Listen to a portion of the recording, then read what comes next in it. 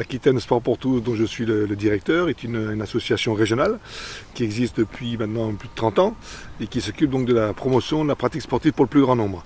Alors ça c'est un terme générique et ça se traduit par un certain nombre d'actions et surtout un certain nombre de partenaires dont le mouvement sportif et les collectivités locales. Donc on a des actions aussi bien de formation d'éducateurs, des animations événementielles, des opérations de promotion et le label fait partie de cet axe qu'on souhaite développer avec les communes selon un principe relativement simple, c'est en considérant qu'il y a eu de nombreuses actions qui ont été développées depuis maintenant plus de 20 ans. Alors illustré aussi bien sur le recrutement d'éducateurs, les équipements ouverts au plus grand nombre, que ce soit des skateparks, des parcours santé, que ce soit des manifestations ponctuelles ou permanentes. Donc des manifestations parce qu'ici sur l'Oron il y a de nombreuses manifestations qui se déroulent tout au long de l'année.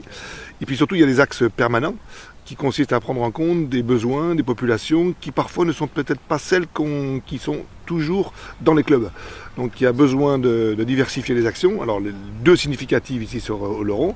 La première c'est effectivement les opérations sport-vacances qui ont pour but de sensibiliser les enfants à la pratique sportive et en plus peut-être de les amener de manière permanente dans les clubs qui existent sur place. Ça c'est le premier axe. Deuxième axe c'est l'aménagement du temps scolaire. Là aussi donc l'étape sert aussi à sensibiliser les enfants là-dessus. Donc on voit bien qu'en dehors du cadre sportif traditionnel, il y a des possibilités locales qui restent encore à explorer et à exploiter pour développer donc une politique d'accessibilité pour le plus grand nombre. On va dire qu'aujourd'hui il y a un axe fort qui domine, c'est le sport santé bien-être, qui a pour but et comme philosophie de s'intéresser à des populations qui peuvent avoir quelques pathologies. On va dire qu'au-delà de l'handicap qui a été un petit peu le fer de lance de toute cette opération, il y a les personnes âgées vers lesquelles il faut se tourner, il y a les personnes qui peuvent être atteintes de quelques maladies et pour lesquelles là aussi on peut développer des actions.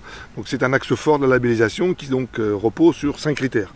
Du recrutement, des professionnels, des animations ponctuelles, des équipements, et puis bien sûr cet axe sport-santé. Alors pourquoi Oloron ?